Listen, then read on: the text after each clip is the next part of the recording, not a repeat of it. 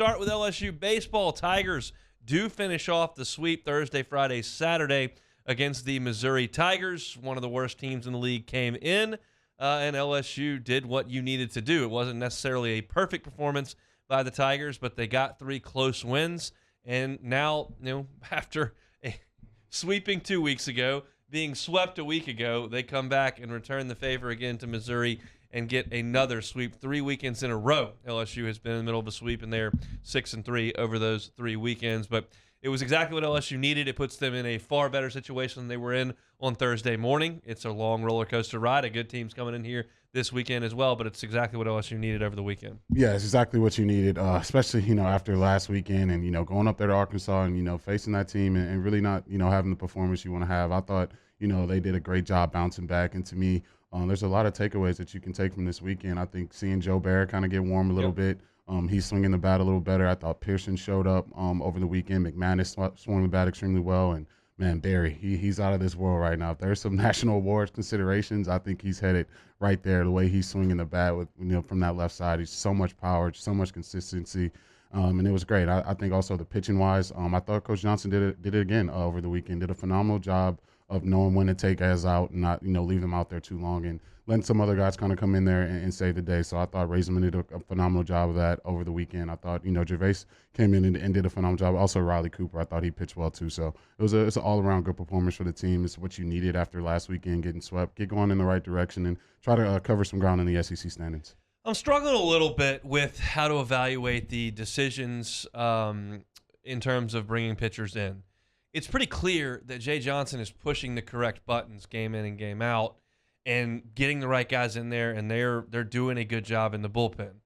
But when you continue to pull starters that early and you continue to use guys 2 and 3 times every weekend, it does make me a little nervous. And this is something that Chris Blair and I have talked about on the broadcast and actually here on the air. Ron Polk, the legend coach at Mississippi State, actually sought Jay Johnson out while LSU was in Starkville and said, "Thank you for allowing these guys to pitch 2 and 3 times on the weekend. They can do that. That's a great thing that you're doing with this program." Far too often, the analytics and the new era of the game and the rest that's required, and you really see guys for one time on the weekend, and then they're shut down. And LSU's not doing that, and it's working. Those guys have been pretty effective to this point. Haven't seen much of a downtick in velocity from Gervais and Raiselman and Cooper, even though those guys are coming in almost every single game that LSU plays on the weekend. But that said, it's working. It's looking great. There's no downtick in velocity. All that seems to be going in the right direction. I'm still concerned a little bit using guys this much. And I realize the pitch counts are not out of control. I mean, look, Riley Cooper threw 3 pitches on Thursday. Like, he can come back and pitch another time. But you go to Gervais for 20, and then he's right back out there for 18 more. And maybe it's fine. And in the 90s, it was commonplace.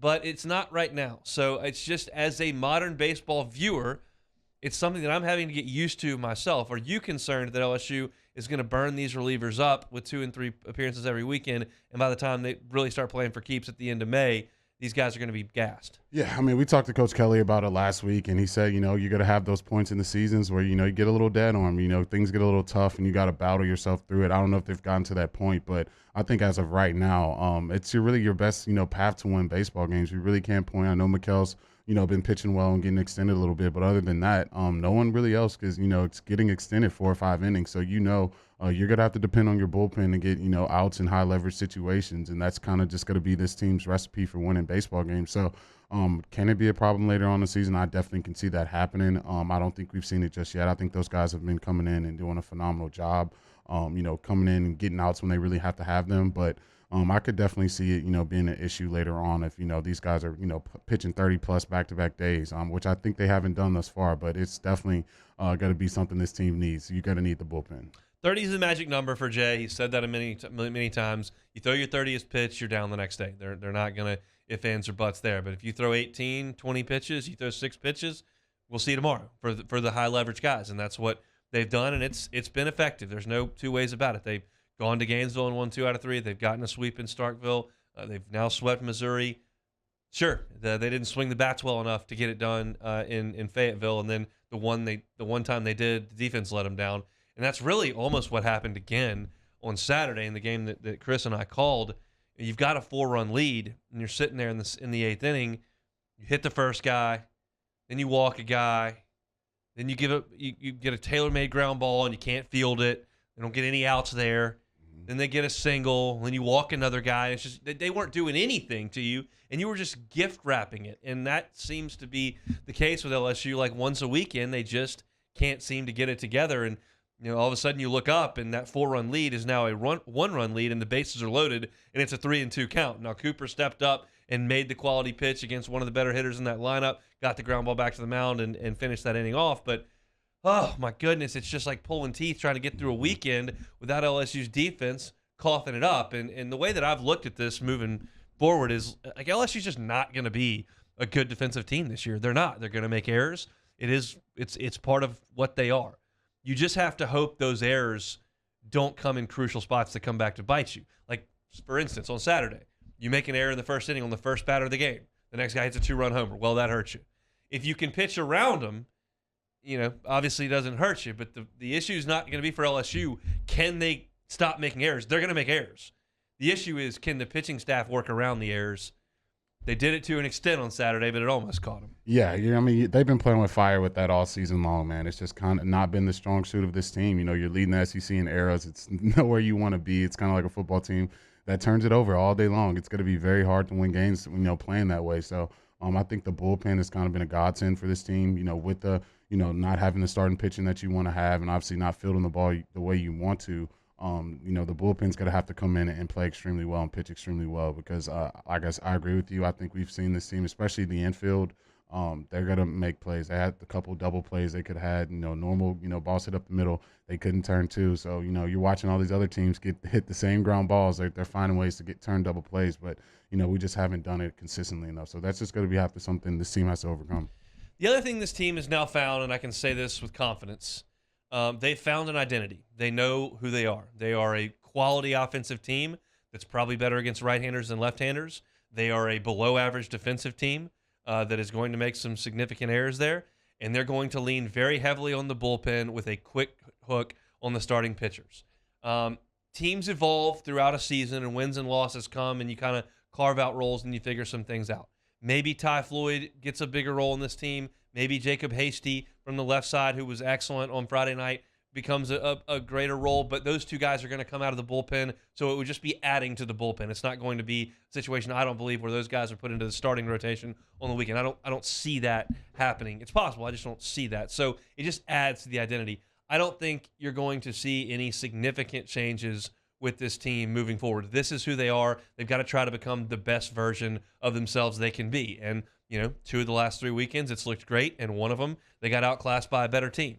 They've got room to improve, but I think you're going to see this formula until they play their last game. Oh, yeah, 100%. I mean, you really, especially now with money not being the money that we thought he was going to be going into the season, he got pulled really, really quick, and that shocked me. So, you're going to need the bullpen. That's just what this team's going to be. Obviously, you're not going to have any gold glove guys in the infield this season. It's just not what you're going to see. So you're going to continue to need the bats, and I think the bats definitely showed up, especially on Saturday. Those guys are swinging it well, and that's what this team's going to need to, score enough runs to win some games. How do you feel about where this team is as far as a postseason contender? I think on Wednesday's show, when I come back, I'll be out tomorrow, but when we come back, I think I want to do some resume stuff on that show and kind of look forward. It's a team that's moved up 15 spots in the RPI with last week, where they beat a top 50 RPI team in Louisiana Lafayette on Tuesday and then swept a team in the top 30 of the RPI to move up into close to hosting position. As far as how good you think this team can be, where do you find them? It's a roller coaster. It feels a lot different after Mississippi State than it does after Arkansas than it does after Missouri. Yeah, looking at it, I think they can get to 16 or 17 wins in the SEC. That's what I'll say. I think that's probably what I think, especially if they can, win, not get swept anymore the rest of the season. I definitely think they can win 7 games, 7 more, 5 to 7. I don't want to push it.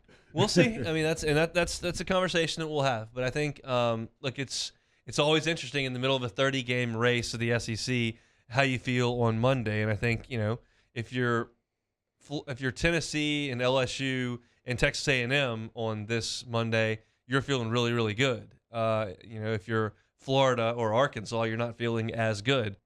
Thanks so much for watching Hunt Hill on YouTube. Now do us a favor. Hit the red subscribe button below and throw us a like. We'll see you next time.